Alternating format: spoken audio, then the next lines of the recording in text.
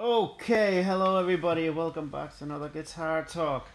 Today we have lots of noise on the street. No, seriously, today we do have a wonderful thing here. We have something brand new. This is a Martin D-X2E 12 string. It is the budget version of Martin's 12 string, because I do not have the money to purchase a D28 12 string, which would cost me more than one of my kidneys. It would probably cost 1.5 kidneys, and I really like having at least one kidney. So I've been on the market for a 12 string guitar for nearly a year now, and I've been eyeing on this particular one for most of that time. I did my research, and it was going to toss between a couple of different guitars, which we can talk about later.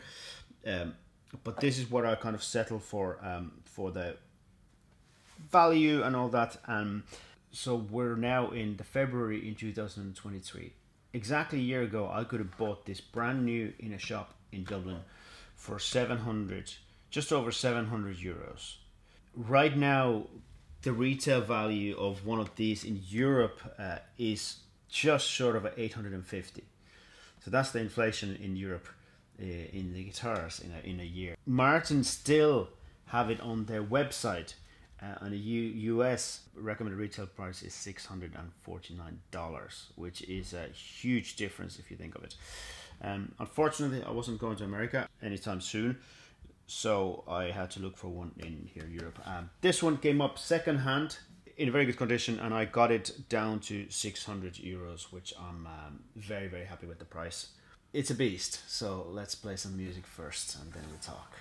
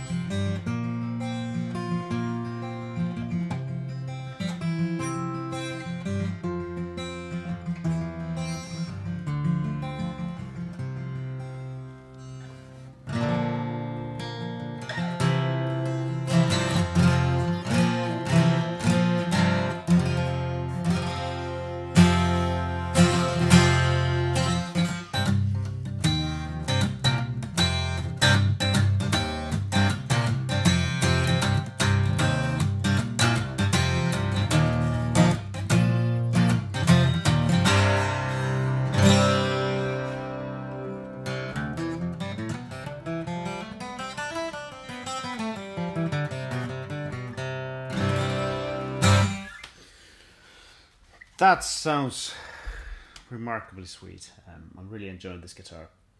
Let's get to the nitty-gritty. This is Martin's X Series. Martin's X Series guitars are made in their Mexican factory.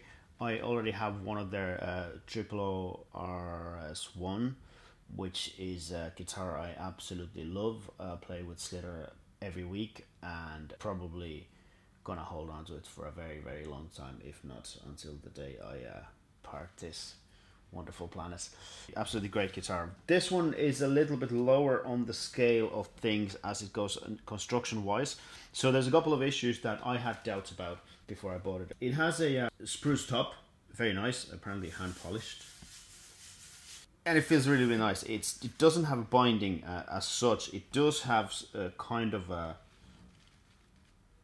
It's almost like a start of a binding, but a little black strip going around here on the edge. And they updated. There was a version of this before, and this is why the D-X2 comes into play.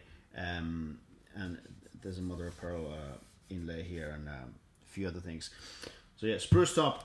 My hesitation was the HPL back and sides, which it is laminate wood, but this is probably a little bit further away from going to saying that it's laminate pieces of wood put together. I think it's more like wood leftovers put together. It makes it very, very strong because they are glued together. It feels nice. It doesn't feel as nice as you would, you know, as a decent piece of mahogany or sapelli would feel here, but I'm positively surprised how it feels, and definitely positively surprised how it sounds. The wood on the neck is a mystery. It says it's select hardwood. I'm thinking it looks mahogany-ish, so I'm thinking it's probably some sort of sapelli or something like that. Same thing with the fingerboard. In all intents and purposes, it does look like a rosewood fingerboard and a bridge, but somehow I doubt that it is. It says in the Martin's catalogue that it is a select hardwood, so we do not know.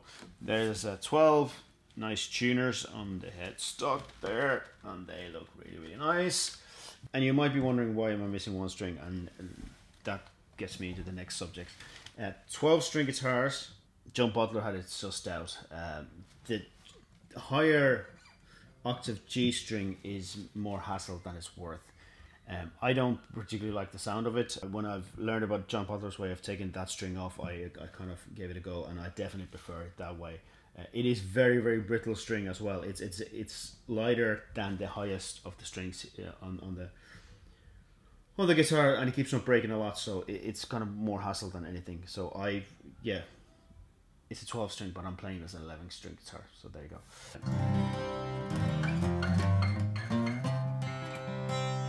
Now, Martin particularly went for a Martin guitar for a couple of reasons. I had tossed between two guitar manufacturers. It was either Taylor or Martin, due to the fact that when you buy a 12 string guitar, if it isn't very well constructed, you will spend more time tuning the guitar than anything else. The intonation has to be decent, and both of those guitar manufacturers are well known for that you can pick up their guitars off the shelf and they will perform really, really well. Taylor has a 12 string version of a guitar as well, which is a very affordable price. It is a little bit more expensive than this, but I've had a few Taylors over the years, and they build absolutely beautiful guitars. I didn't particularly get on very well with those guitars. There's a couple of things I personally didn't work for me. I don't like their neck profiles. They're a little bit too skinny for me, whereas Martin makes something that I can hold on to, and I really, really like it. I'm all about the bottom end. Especially when I play with Slither, there's no bass player, so the heavy lifting of the bottom end is left on my acoustic guitar duties. Martin's bottom end is, to me, extremely sweet, and it comes across in this one really, really well. Taylor, I haven't still found a Taylor yet that the bottom end I would have gone like, wow, that's a great sounding bottom end of that guitar. Other qualities on Taylor's, absolutely beautiful. Personal preference, not for everybody. That's all I'm going to say about that.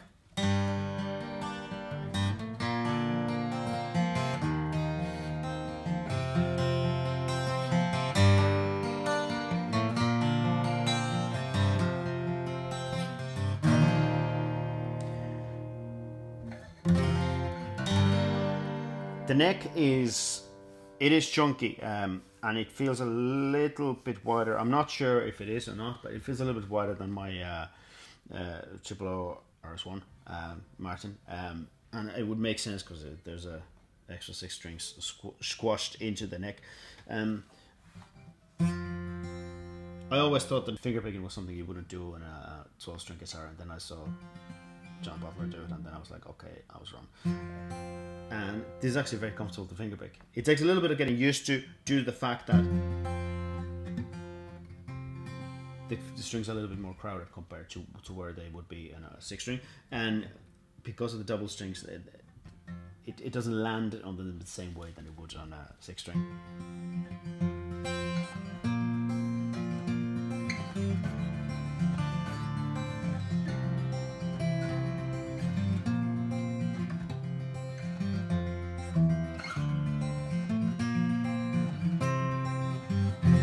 But you can do absolutely lovely stuff with this. But where it does bark is the low end roar. Which leads to the next point, which is the tuning.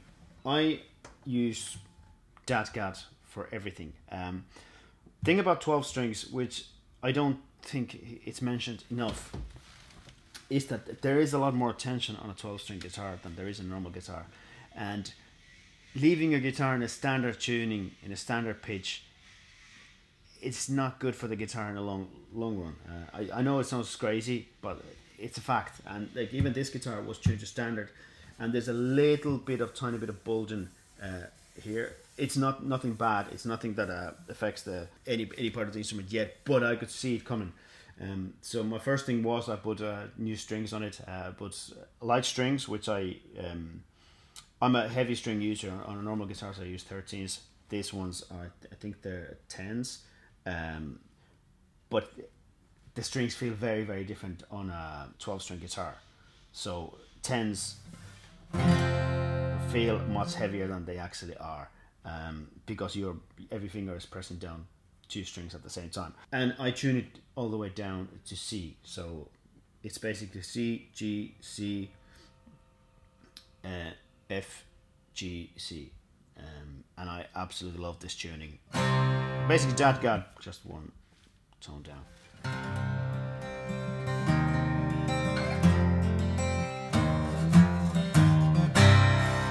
It gives kind of darkness to it, which I'm a big fan of.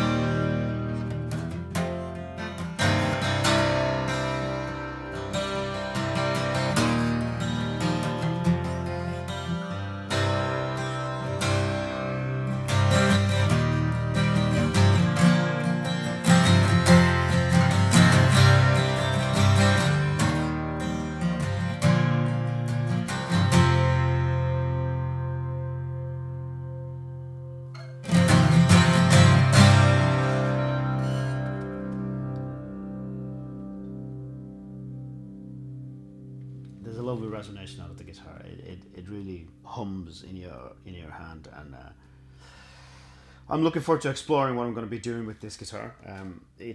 I always jokingly say that it feels like every guitar has songs in them, and I can really feel this one inspiring me to write more music.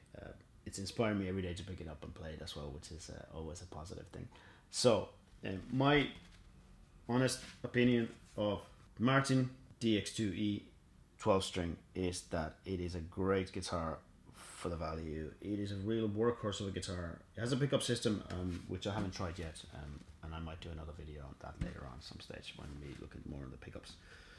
What else can I say? If you got any questions, throw them in the comments. If you like these guitar talk videos, please do subscribe, and let me know if there's anything particular you'd like me to try to get my hands on. My resources are limited, but I will try my best. Thank you very much for watching. Don't forget to subscribe, and see you in the next video.